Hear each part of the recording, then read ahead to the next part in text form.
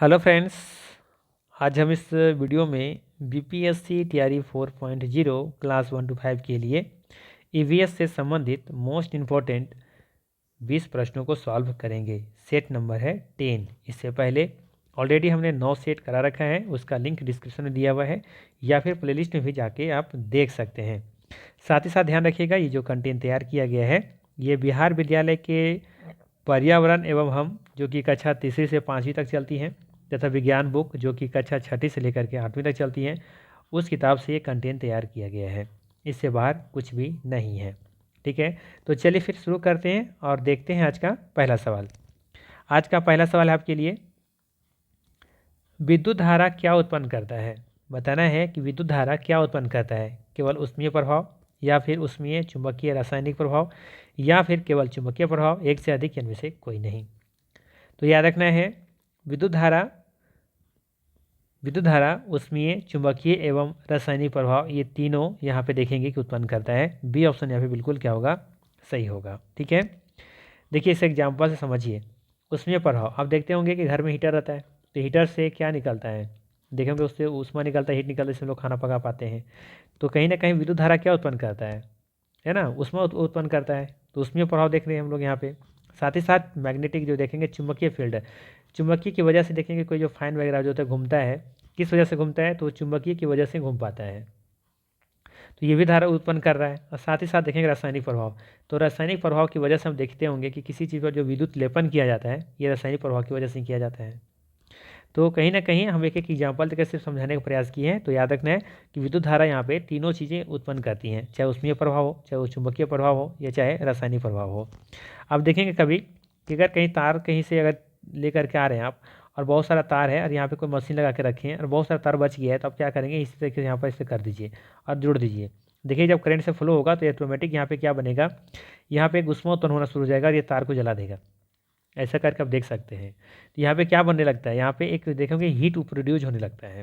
यही चीज़ कंसेप्ट पर क्या बनाया गया होता है, हमारा जो तार होता है ना, ये वाला क्रोमियम का तार जो बना होता है इस तरीके से, और इसी को फिर देखेंगे इस तरह से ये गोल घेरा कर बनाया जाता है, जिससे हम लोग फिर क्या उसमें यहाँ से उष्मा उत्पन्न करके कानून बना लेते हैं, पानी गर्म कर लेते हैं। ठीक है, बाकी बात करें उस चुंबकीय प्रभाव का, तो यहाँ से आप देख सकते हैं कि चुंबकीय प्रभाव से पंखा वगैरह जो फैन है उसके पंखे घूम पाती हैं। ठीक है, और रासायनिक प्रभाव की वजह से देखेंगे किसी भी चीज़ पर विद्युत का लेपन किया जाता है। ठीक है, जिससे घंटी वगैरह है, साइकिल का रिम वगैरह है ना, तो इस चीज़ देखेंगे जो लेपन किया जाता है, तो ये रासायनिक प्रभाव की वजह से मदद से ही इस पर विद्युत का लेपन किया जाता है। ठीक है, चलिए इसका सही आंसर हो जाएगा बी ऑप्शन। अगला सवाल है, इनमें से कौन विद्युत धारा का कुचालक है। देखिए हमारे प्रकृति में 3 तरह के चालक होते हैं, एक तो होता है कुचालक, एक होता है सुचालक और एक होता है अर्धचालक। ठीक है, एक होता है कुचालक, एक सुचालक और एक होता है अर्धचालक। कुचालक मतलब क्या होता है, जिससे अगर करंट पास ना हो, जैसे लेते हैं हम ये लकड़ी का टुकड़ा, ठीक है, तो यहाँ पर अगर तार ला के जोड़ दें, यहाँ जोड़ दें, तो क्या करंट से पास हो पाएगा, बिल्कुल नहीं हो पाएगा। ये क्या है, विद्युत का कुचालक है। तो ऐसे वस्तु, ऐसे पदार्थ जो अपने से हो करके करंट प्रवाहित नहीं होने देता है, उसे हम लोग कुचालक कहेंगे, और जो आसानी से होने देता है उसे सुचालक कहते हैं। ध्यान रखिएगा, और जिससे ये दोनों गुण देखने को मिलता है उसे कहा जाता है अर्धचालक। ठीक, अब सवाल यहाँ पे ये भी पूछा जाता है कि विद्युत का सबसे अच्छा चालक कौन सा है, तो उसका नाम याद रखिएगा, चांदी। क्या नाम याद रखिएगा, चांदी। ये चांदी जो है ना, ये उष्मा उष्मा उष्मा और विद्युत, ये दोनों का सबसे अच्छा चालक होता है। विद्युत का सबसे अच्छा चालक चांदी, और उष्मा का भी सबसे अच्छा चालक चांदी। ठीक है, तो आप कहेंगे सर विद्युत में फिर इसका क्यों नहीं प्रयोग करते, क्योंकि चांदी क्या होता है, बहुत ही महंगा होता है। ठीक है, तो यहाँ पे बताना है कि विद्युत का कौन सा कुचालक है। अच्छा एक चीज़ और भी ध्यान रखिएगा, विद्युत का चालक वो सभी पदार्थ हैं जो कि धातु हैं। जितने भी प्रकार के धातु देख रहे हैं आप, ये सभी क्या होता है, विद्युत का चालक होते हैं। ठीक है, और जितने प्रकार का आप देख रहे हैं धातु, ये सभी विद्युत का क्या होते हैं, कुचालक होते हैं। ठीक है, तो ये ध्यान रखना है। लेकिन यहाँ पे एक अपवाद है। अपवाद क्या है, ग्रेफाइट। क्या है, ग्रेफाइट। ये है अधातु, लेकिन यहाँ से करंट पास होता है। ठीक है, तो यहाँ पे बताइए कौन सा कुचालक है, तो पारा धातु है कुचालक, ये आपका कुछ ये सुचालक होगा। सिरका एसिड है, तो एसिड भी क्या होता है, सुचालक ही होता है। आसुत जल, ये आपका डिस्टिल वाटर है। ठीक है, तो यहाँ पे जल क्या है, यहाँ पे ये कुचालक है, यहाँ से आपका करंट पास नहीं होगा।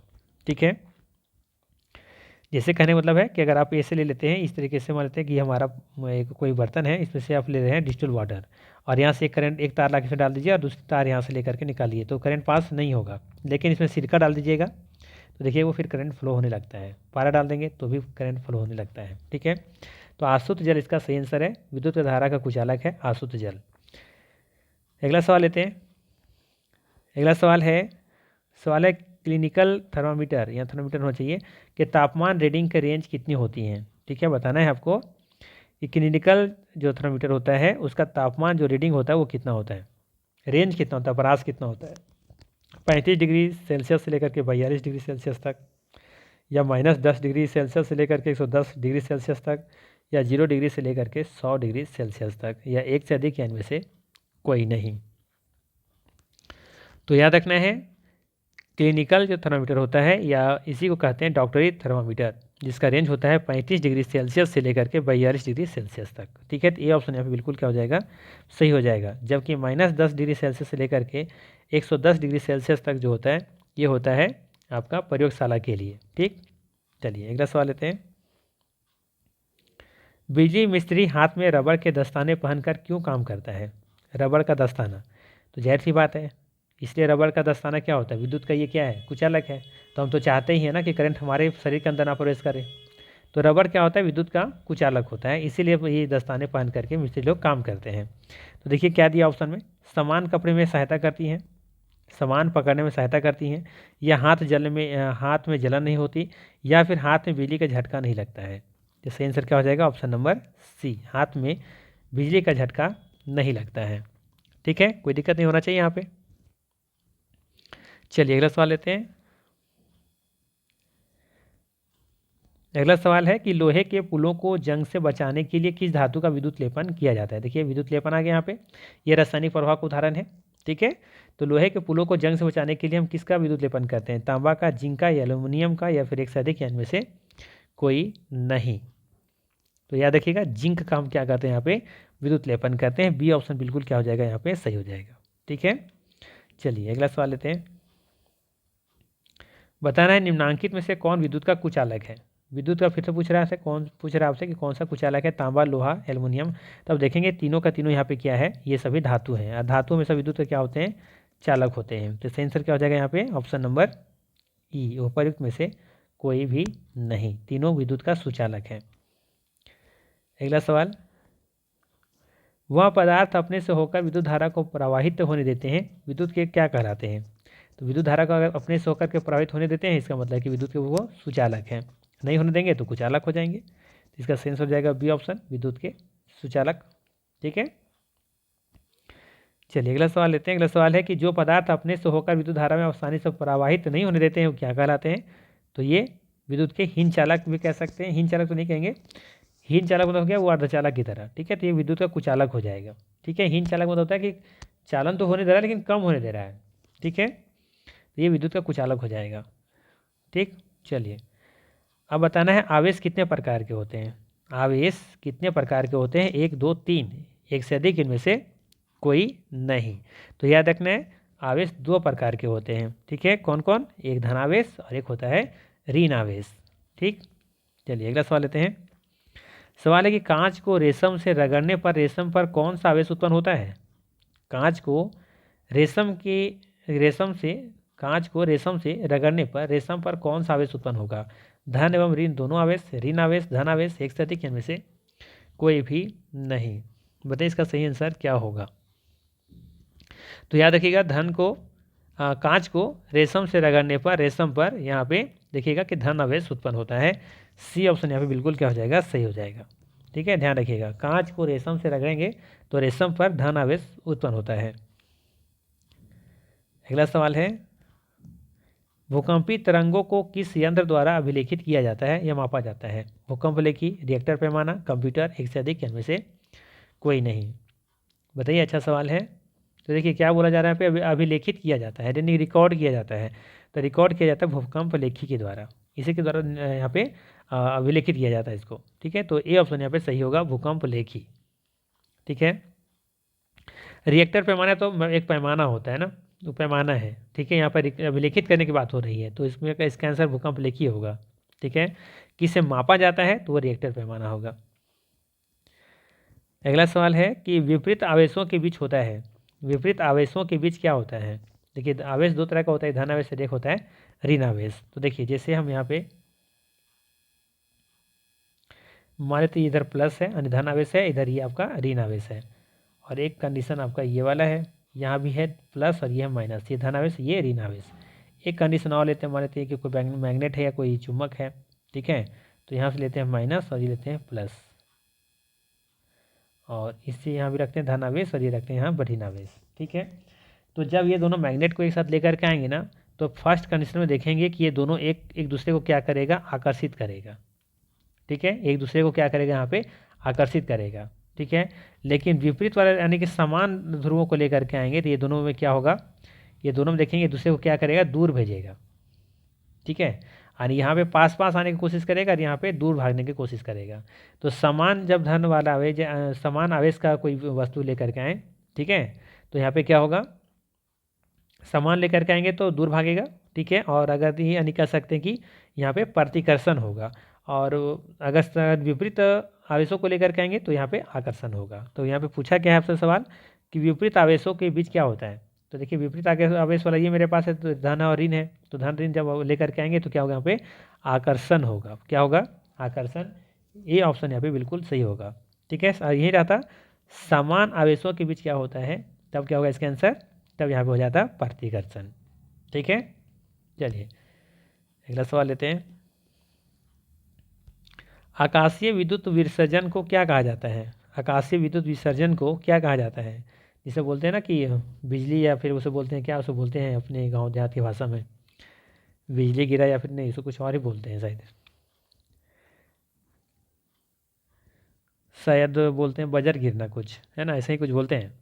तो आकाशीय विद्युत विसर्जन को हम क्या कहते हैं, आवेश तड़ित प्रतिकर्षण एक से अधिक या इनमें से कोई नहीं। चलिए बताइए इसका आंसर क्या होना चाहिए।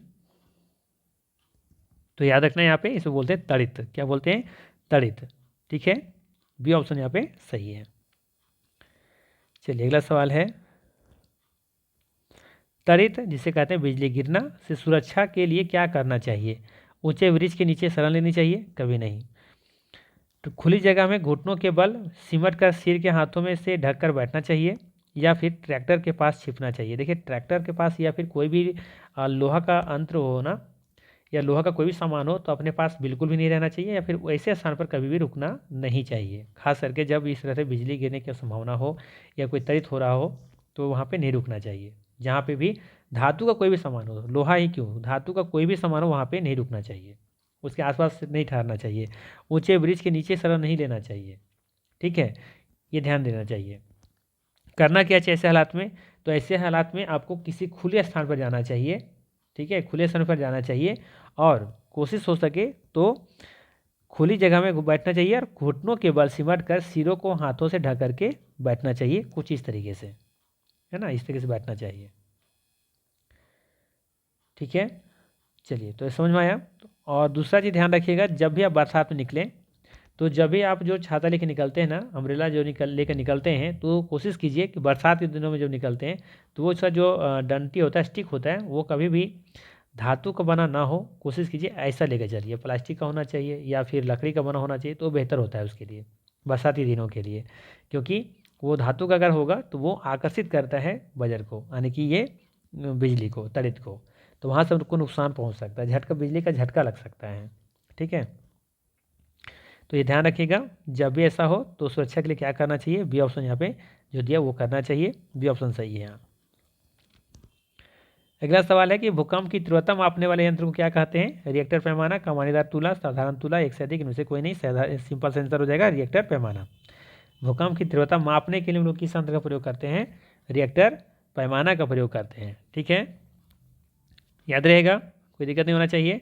और भूकंप लेखी वाला जब हम बात करें तो वहाँ पे जब अभिलेखित ये करना है, तो वहाँ पे सवाल क्या था कि भूकंपी तरंगों को किस यंत्र के द्वारा अभिलेखित किया जाता है, रिकॉर्ड किया जाता है, तो वो भूकंप लेखी के द्वारा।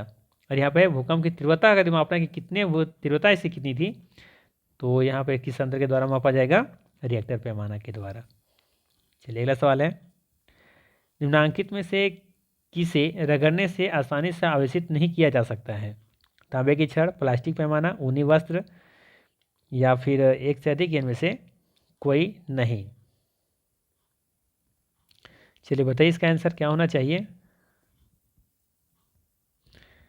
तो ध्यान रखिएगा यहाँ पे कि तांबे की छड़ को रगड़ने से आसानी से आवेशित नहीं किया जा सकता है। बी ऑप्शन यहाँ पे, ए ऑप्शन यहाँ पे बिल्कुल सही होगा। ठीक है, तांबे की छड़ ही क्यों, आप धातु की कोई भी वस्तु लेके चलिए, ठीक है, उसे आप आवेशित करने में थोड़ा सा वो परेशानी होगा, उसे रगड़ करके आसानी से आवेशित नहीं किया जा सकता है, धातु के कोई भी वस्तु हो। ठीक है, ध्यान रखिएगा कांच की जो छड़ होती है ना, या फिर कोई भी धातु होती है, तो वो ध्यान रखिएगा कि कांच की या तो छड़ तो कुचालक है, ठीक है, या प्लास्टिक है, ऊनी है, तो ये सबको किया जा सकता है क्योंकि ये सभी क्या है, कुचालक हैं। तांबे की छड़ सुचालक होता है। ठीक, ध्यान रखिएगा कि तांबे की छड़ क्या होता है, सुचालक होता है।